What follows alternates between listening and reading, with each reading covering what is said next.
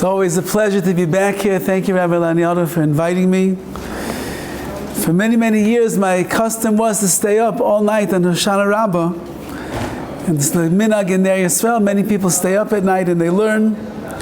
And I moved to Los Angeles, and in the valley where I live, not everybody stays up all night to learn. So it gets very difficult when you're sitting by yourself the whole night trying to stay awake and learn, to stay up for the Nate's Minyan. And it's really a chesed for me to be able to drive all the way from the valley to the city to give a shir in the middle of the night. It wakes me up, and I appreciate the opportunity. Baruch Hashem. It's really a very difficult night to be speaking because generally I don't mind if people fall asleep when I give a drasha. I'm very happy that I can facilitate your rest and your sleep. You'll have more energy for Nates. I feel very good about it. The problem is, and especially in a Sephardi Kehila, is the Ben Ish Chai. The Ben Ish Chai holds that there's such an isur, it's so asur to sleep outside of the sukkah, that if you see someone who's sleeping outside of the sukkah, you're obligated to wake them up. So if I see you fall asleep in the middle of the drasha and I start pounding on the beam over here, you know it's just because I'm trying to fulfill the words of the Ben Ish Chai. I don't want you to fall asleep outside of the sukkah, especially in Los Angeles. The weather is so good, there's no really excuse to sleep outside of the sukkah. So if I put you to sleep, I have to wake you up so I don't violate his words tonight, B'ezrat Hashem.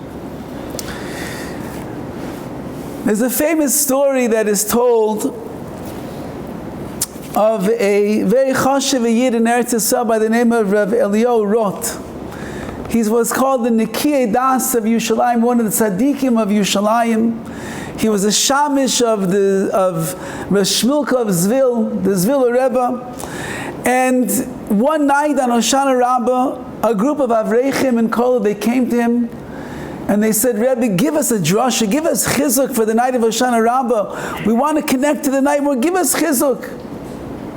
And he looked at this group of tzaddikim from Yerushalayim and he told them, in very, very strong terms, he said, the night of Hashana Raba, to give a drasha, to give you words of chizuk, he said, go grab a Tehillim and make sure that you say Tehillim all night long.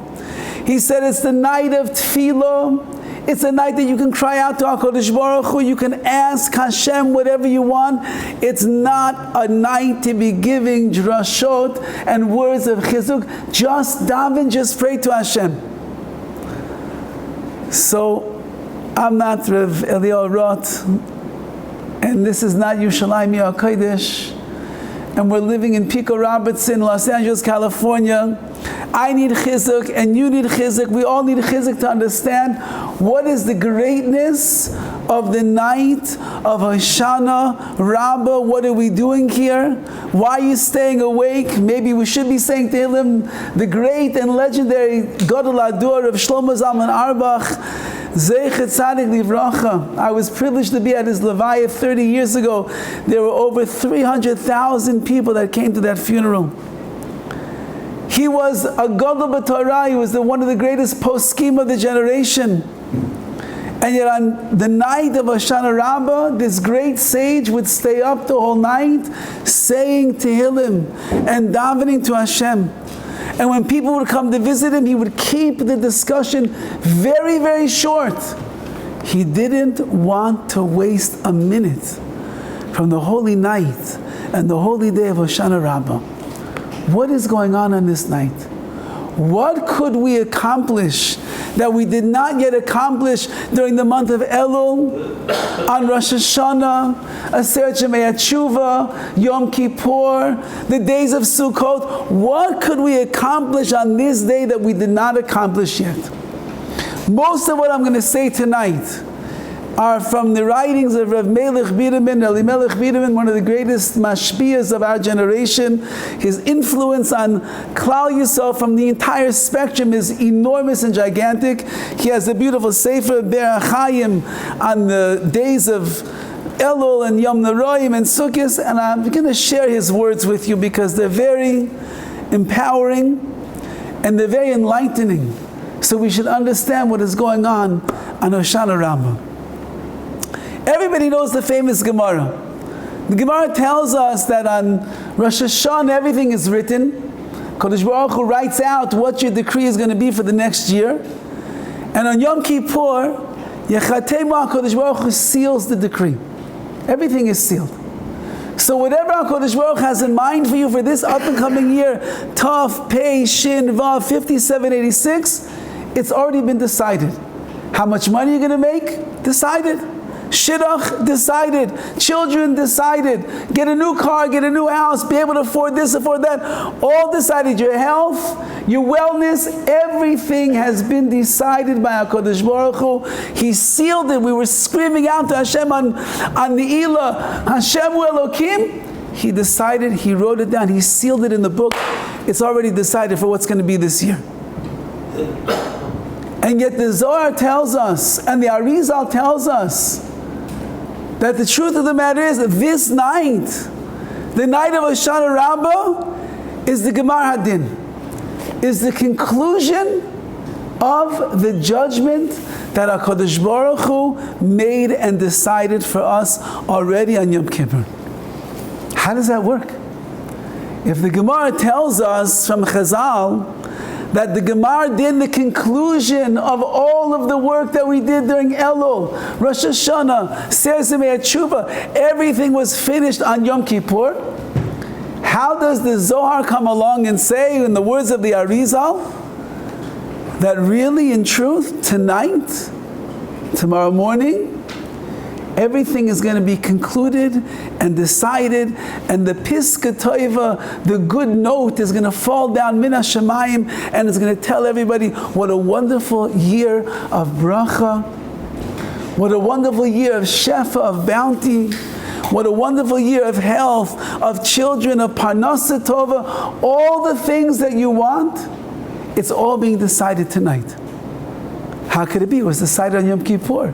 What were we screaming about on Yom Kippur? What were we apologizing to Hashem about on Yom Kippur?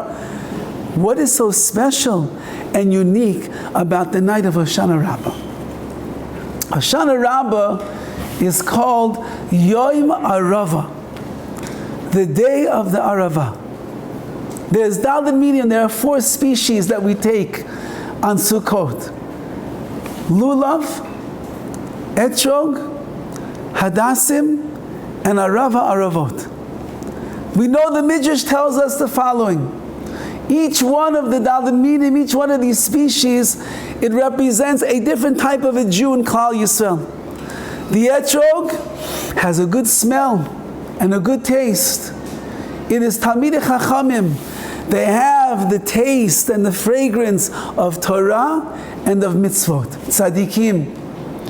The Lulav doesn't have any smell, but it has taste. It comes, the tamar, the dates come from the lulav, from the palm tree. That's the person who has the taste of Torah, but maybe not the fragrance of mitzvot. Hadassim, they have a good, very good smell, but they have no taste. That's the person who has the smell, the very good fragrance of mitzvot, but doesn't have the Torah.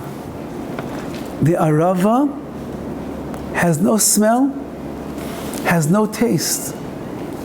It's the most simple, uneducated, uninspired perhaps, most maybe unaccomplished Jew that there is. No Torah, no mitzvot. What does it have? It has nothing. The day of Hashana Raba is called Yom Arava. It's the day of the Arava. That's what we are today. We're the Jew that has no Torah and no mitzvot. That's the great day. What's the Arava? What part of the body is the Arava connected to? The Arava looks like the lips. It looks like the mouth. What is the mouth? Says the Zohar the following words. It says, Taninim, we learn, Arava, the damya l'svasan. The Arava is similar to the lips. It's similar to the mouth. Hachi uvadai v'hayoyma b'safon talya. On this day, the day of Hashana Raba, Hakol toli b'koyach hapeh shel ha'adam.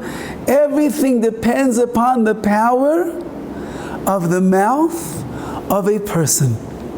And what is the power in the mouth of a person, which everybody has, whether you're Talmid Chacham or you're not, whether you have a lot of mitzvot or not, whether you're a tzaddik or you're not, it doesn't matter. Everybody has a mouth.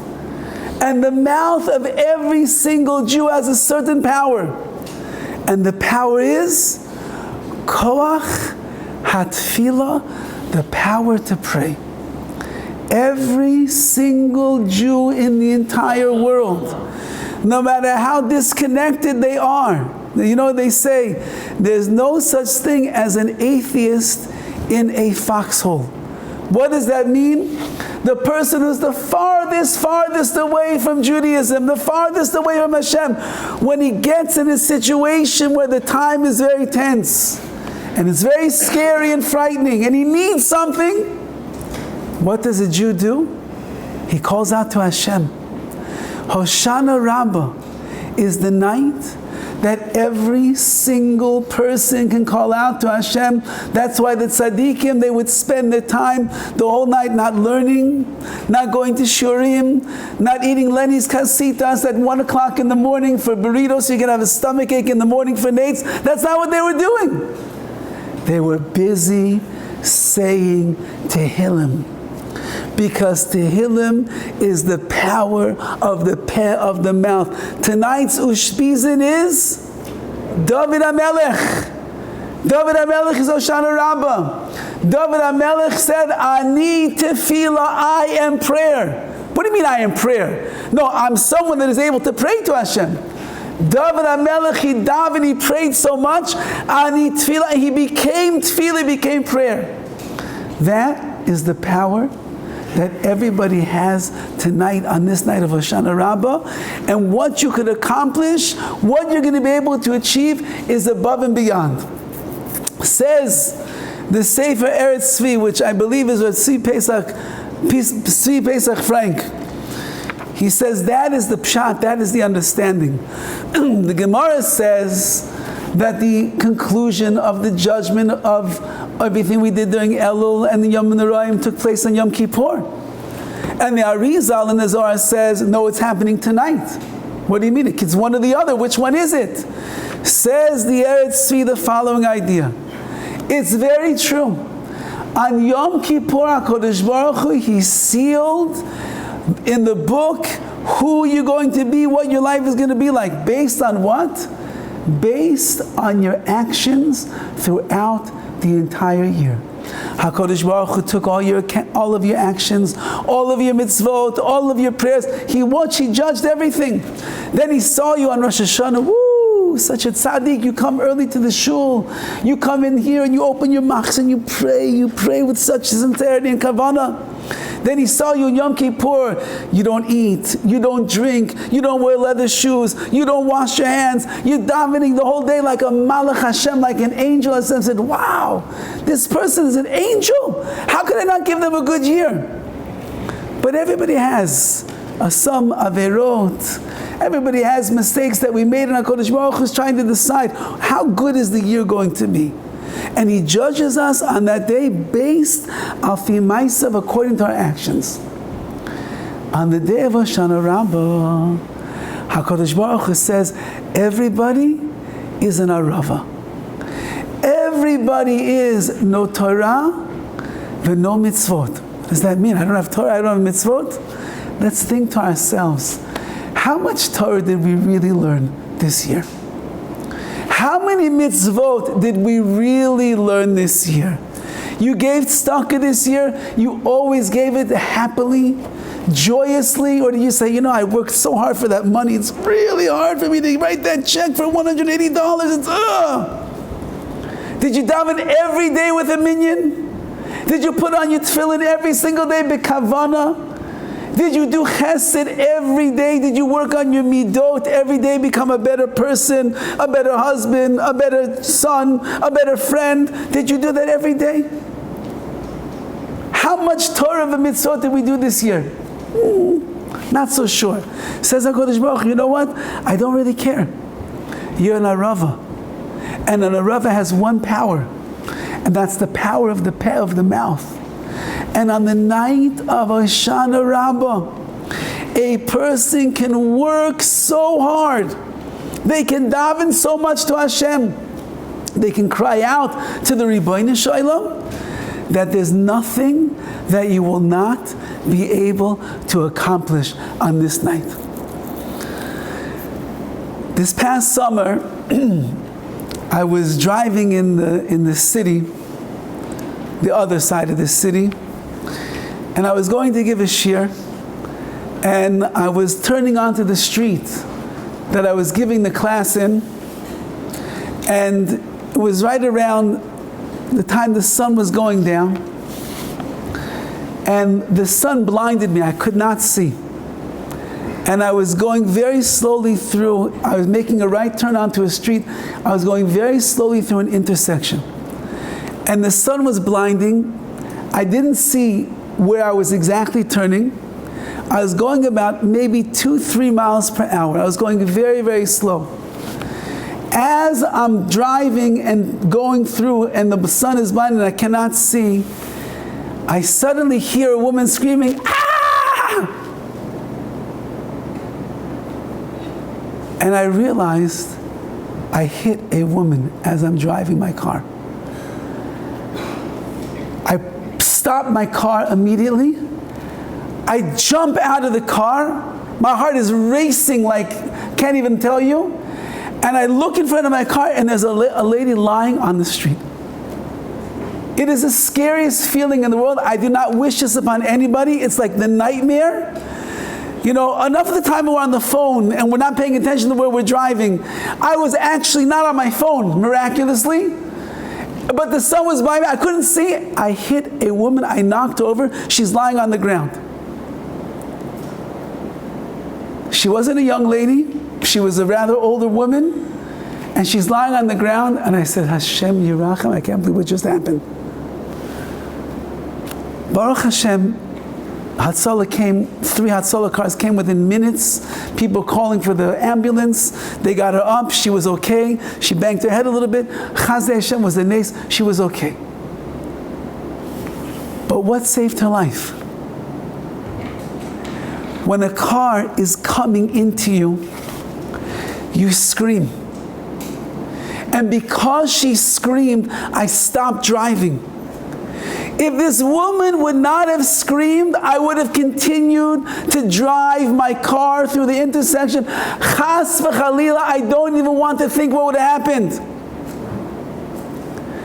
When someone is in a situation where they are frightened, when there's a car that's coming their way, when they don't know what's going to happen, what do? You scream out. And when you scream, everything stops. I stopped. The lady's life was saved. She wasn't run over by a car. Baruch Hashem. The night of Hashana Raba, which is what we're in tonight, we don't really know what is the judgment going to be. We don't know yet. We think we did a good job on Yom Kippur. Says the Arizal, it's not over yet. Tonight, you could still affect your judgment. Is there something that you want this year? Is there something that you need this year? Is there bracha that you want in your life that you're not sure that HaKadosh Baruch Hu give it to me on Yom Kippur? You don't know. On this night, says the Arizal, say the Sorim HaKadoshim, you scream out to Hashem like the Arava, like the mouth of the Jew, and you could accomplish more than you could possibly imagine on this night, maybe more than you accomplished on Yom Kippur. There's a Maisa that he brings down over here with Rabbi Avram Elimelech Mikarlin. Karlin is one of the great Chasidus in Eretz Yisrael. And he walks into the Beis Midrash on the night of Hashana Raba. And he sees 2 guys sitting, they're supposed to be learning, but they're schmoozing. They're shmuzing dvarim betelim. I know they're talking about which hot sauce is better on the taquito or not. That's what they're talking about. Hashana Raba night. They're talking about the Dodgers winning the playoffs. That's what they're talking about. Hashana Raba night. Can you imagine such a thing? And he walks in, and he sees them schmoozing with each other, and he walks over to them and he says, "Oh, you must be speaking about something so important. This must be a pressing issue right now that you can't hold yourselves back." He says, "Because tonight is Hashana Raba." He said, "It's not a night to waste your words. It's not a night to waste your time." And then he said something unbelievable. You would have been better off having this conversation during Kol Nidre, the night of Yom Kippur, the holiest night of the year. You would have been better having the conversation then than having it tonight on Hashana Raba. Which means that the night of Hashana Raba, we don't understand what it is. It could be that it's the most powerful night of the year if only a Jew is going to connect, and they're going to realize, and they're going to understand what it is that you could accomplish on this night. And says Rav Elimelech Bidam in the following idea. He says, "Al yedei sheyizkor min erchoi mach erchov yivakesh matnas chinam." When a person realizes, I don't deserve anything, Hashem. I know I worked so hard over Rosh Hashanah, Yom Kippur. I was a tzaddik, I was a malach, I was an angel. I know, Hashem. But I don't deserve anything. I need a gift. I need a big gift from you, HaKadosh Baruch Hu. I need you to send me that bracha. I need you to send me the parnasa. I want you to send me the money. I want you to send me the refuah. I want you to send me the children. Please, Hashem, the shidduch, send it to me. I don't deserve it. I don't deserve anything.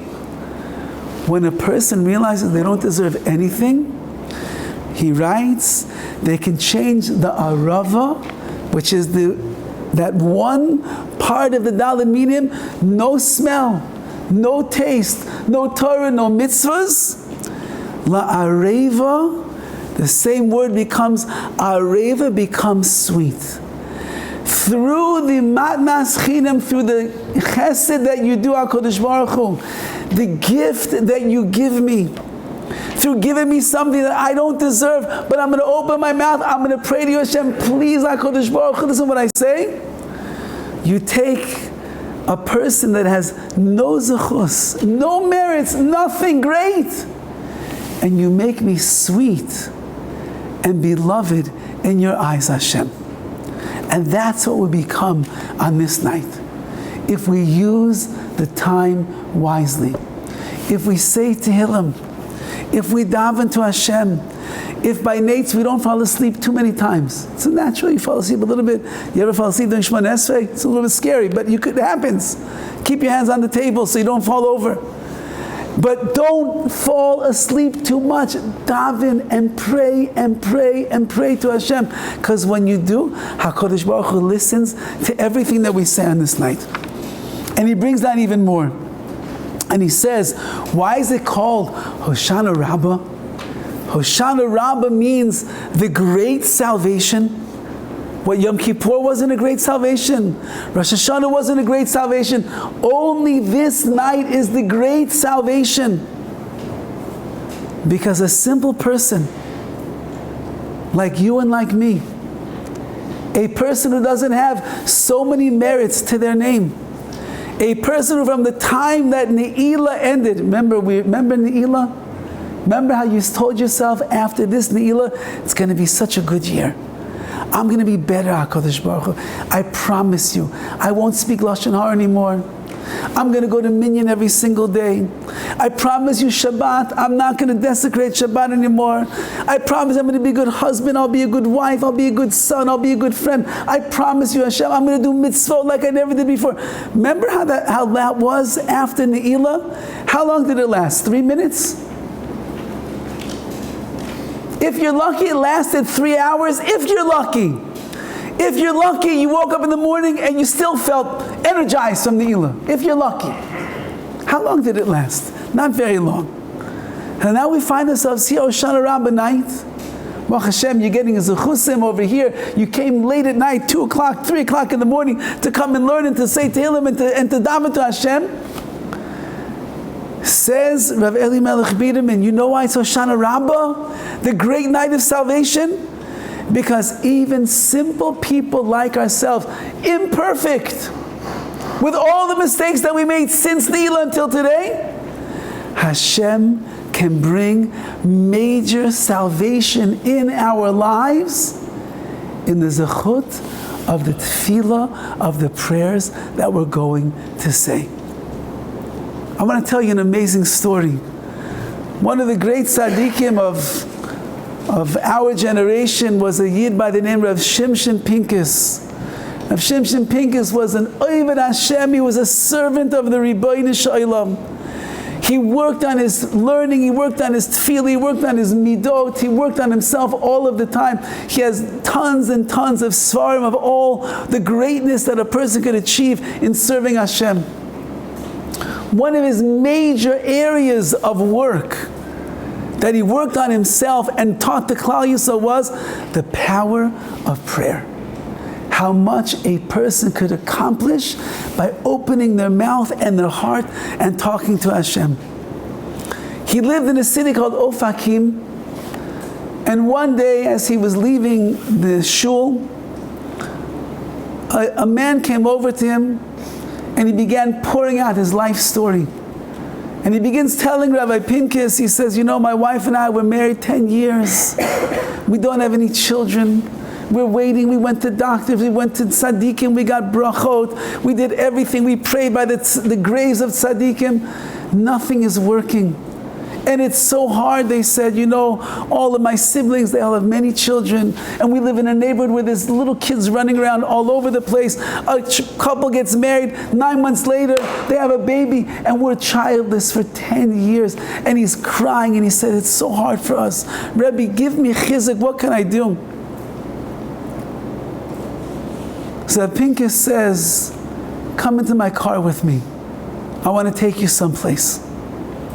They get into his car and they're driving, and the man keeps telling over his cries and his woes of not having children, and he's not really paying attention. They're driving outside the city limits. And the next thing you know, they're on this dirt road. And Rav Shimshon Pincus stops the car. And he says, get out of the car. And they get out of the car and he looks around. And in the distance they can see the city of Ofakim where they came from. And he says to this person, he says, we're pretty far away from the city, right? He said, yes. And he said, nobody could hear us over here, right? He said, I doubt it. So he says, I want to teach you how to pray. He says, you told me you've been praying for all of these years that Hashem should give you a child, right? Yes, Rabbi, I pray every day, I cry every day. My wife cries, she says Tehillim every day. You went to the rabbis, you got brachot, correct? Yes, I went to all the great tzaddikim. You went to all the kivrei tzaddikim, the graves, and you prayed. Yes, Rabbi, I did everything. He says, you know what you have learned? You have learned you cannot rely on anyone else besides Hashem. But I have to teach you how to talk to Hashem. And Rav Pincus was a big man with a very loud voice. And suddenly in the middle of the night, in the middle of nowhere on this dirt road surrounded by mountains far away from the city, suddenly begins screaming, Tati! Abba! Abba! And his voice is echoing through the mountains so loud. And he's screaming again and again, Tati! And this man is looking at him. And he says, that's the way you talk to your Father in heaven. Now you go and you speak to Hashem like that, and I'll be back in a half an hour. Shimshon Pincus gets into his car and he drives away. He leaves this man on the dirt road all by himself. And he starts saying, Tanti, Abba. And he starts trying to pray like Rav Shimshon Pinkus told him. And he's going for a half an hour, and Rav Shimshon Pinkus pulls back up in his car. And he calls the man over to the car. And he looks at him and he says, you didn't do it yet. Go back and scream to your Father in heaven and ask him for a child. And he drives away. And this time the man starts davening more and more and more, and he's crying this time. Half an hour later, Rav Shimshon Pinkus comes back, and this time he gets out of the car and he walks over to the man and he looks at him in the eyes, deep in his eyes. He says, no, you didn't do it yet. I'm telling you, call out, scream out, ask your Father anything that you want. And he drives away. And this time, a half an hour later, he comes back and he doesn't find the man.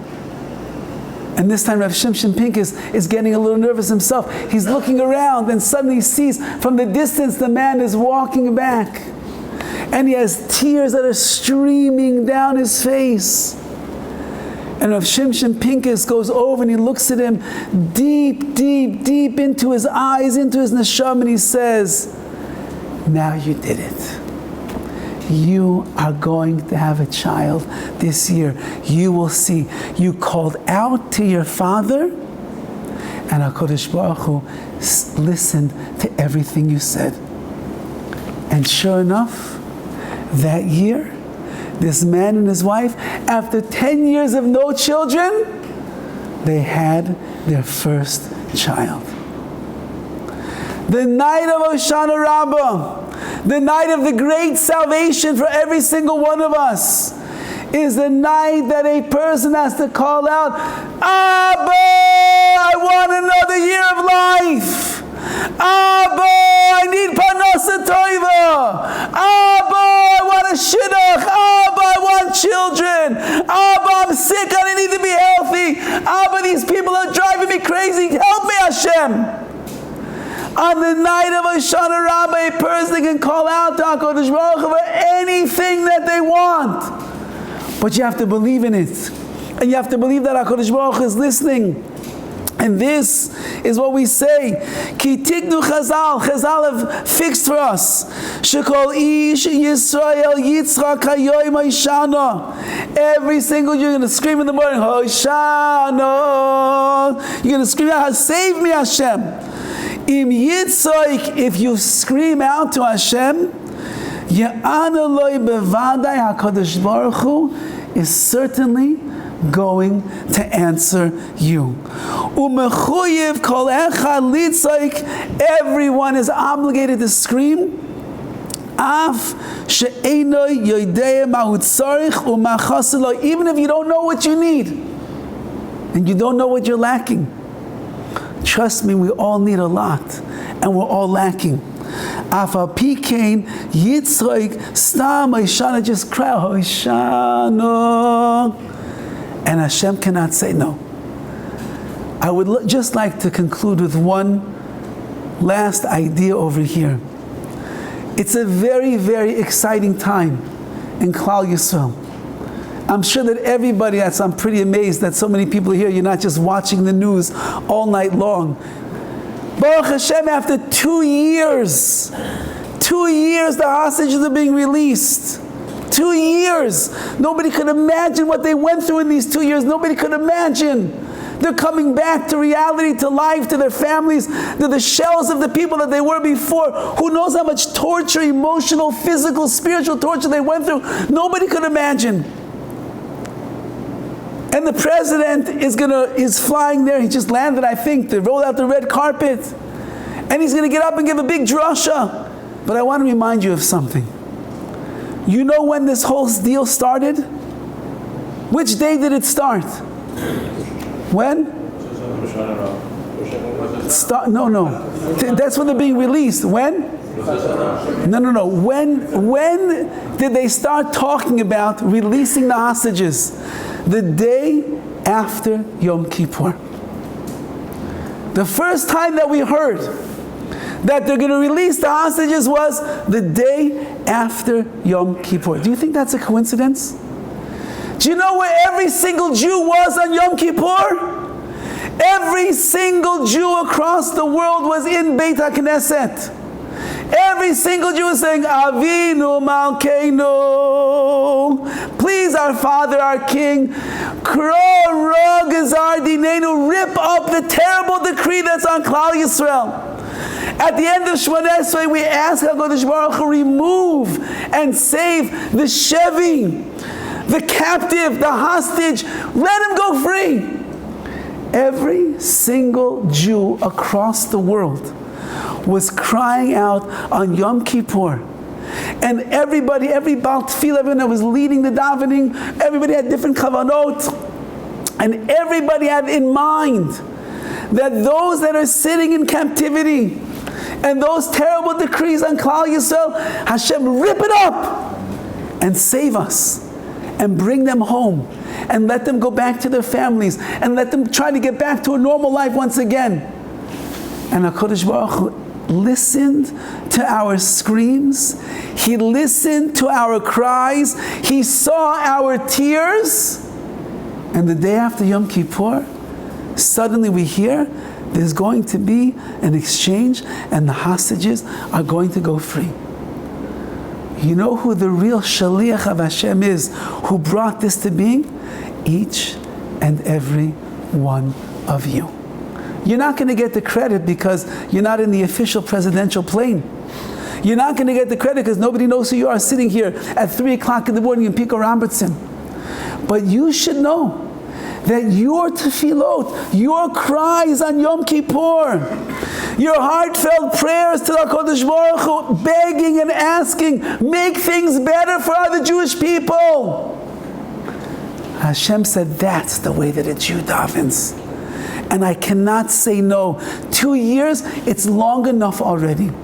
2 years of their suffering in the dungeons, long enough already. So in the zechut of your prayers, and all the Jews all over the world, HaKadosh Baruch Hu says, I'm releasing them. I'm letting them go home. I'm going to let them go free. That's the way we have to pray tonight. You have time in between every shir. Instead of sushi, take a tehillim in your hand. Instead of another cup of Coke, trust me, Tehillim will keep you wide awake.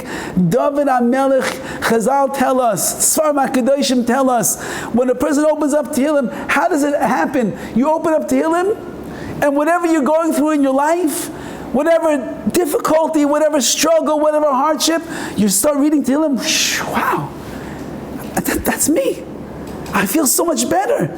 How did Dovid HaMelech know what I'm going to go through in my own life? How do you know about my job? How do you know about my sickness? How do you know about my money? How do you know about my marriage? How do you know about that? Say the Sfar HaKadoshim, mystical works tell us, Dovid HaMelech, who tonight is the Ushpizin, Dovid HaMelech, he went through suffering of his own, but he suffered every ounce of suffering that every Jew in the history of Klal Yisrael would ever go through in their life.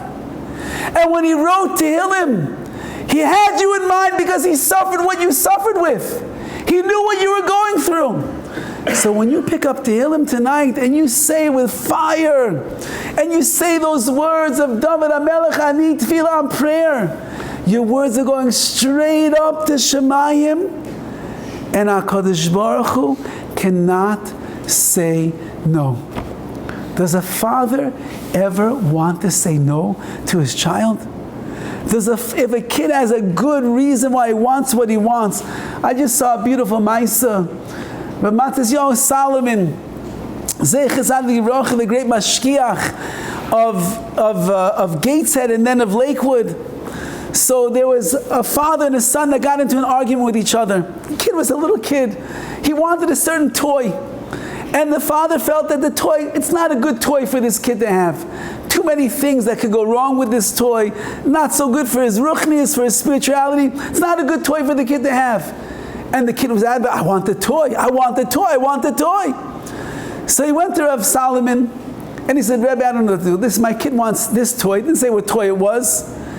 And he said he wants this toy, and he explained to the mashgiach why this toy is not a good toy for his kid to have.